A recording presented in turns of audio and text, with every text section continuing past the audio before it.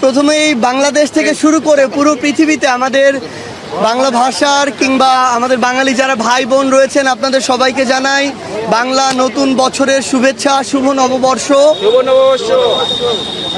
এই শুভ নববর্ষ কিংবা আমাদের এই বাংলা নববর্ষ যেখান থেকে যে প্রেক্ষাপট থেকে উৎপত্তি, যা আমাদের অর্থনীতির সাথে সম্পর্কিত, আমাদের কৃষকের সাথে সম্পর্কিত, আমাদের সংস্কৃতির সাথে সম্পর্কিত, আমরা চাই যে এই নববর্ষে আমাদের এইটুকু আশা থাকবে যে আমাদের এই বাংলাদেশের অর্থনীতি সকল ধরনের কালো হাত থেকে মুক্তি পাক। আমাদের যে কৃষকেরা আছেন তারা তাদের দ্রব্যের, তাদের যে মাথার ঘাম পায়ে ফেলে যে পণ্য উৎপাদন করে সেটার ন্যায্য মূল্য পাক। আমরা আজকের দিনে চাই যে এই বাংলাদেশে প্রত্যেকটা শ্রেণী পেশার মানুষ বিভিন্ন ক্ষেত্রে বিভিন্নভাবে তারা বৈষম্যের শিকার হয়ে আসছে, বাংলাদেশ থেকে এই বৈষম্য দূর হয়ে যাক।